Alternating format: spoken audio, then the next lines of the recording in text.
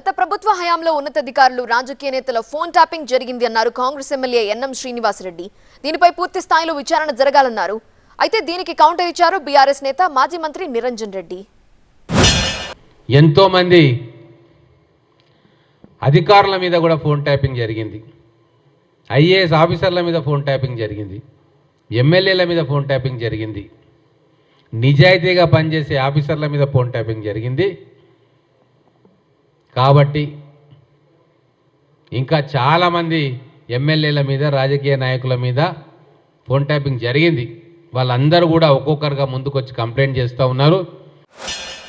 దాన్ని నువ్వు ఫలానా ఆయన చెప్తే నేను చేసిన లీకులు ఇచ్చి ముఖ్యమంత్రి ప్రధాని చెప్పింది కాబట్టి నేను చేసినాను ఒక ఆయన చెప్పినట్లు, హరీష్ రావు చెప్పింది కాబట్టి నేను చేసినాను ఇంకొక ఆయన చెప్పినట్లు వాళ్ళ స్టేట్మెంట్లను రికార్డ్ చేసినాము. ఈ స్టేట్మెంట్ల ప్రకారంగా వీళ్ళు ముద్దాయిలు అవుతారని దాన్ని కంక్లూడ్ చేయడం ఇదంతా కూడా నాన్ సెన్స్. ఇది లీగల్ సెన్స్ లేదు, నాన్ సెన్సికల్ ఇష్యూ. ఇది దీనికి లీగల్ సెన్స్ లేదు, ఇది ఒక non sensical issue. Strictly legally speaking ఆరోపణలు చేయడానికి ఎన్నైనా చేయొచ్చు, అంతిమంగా తెలిసినప్పుడు కదా తెలిసేది. 3 దశాబ్దాలు పట్టింది బోఫోర్స్కు. ఏం చేసిండ్రు?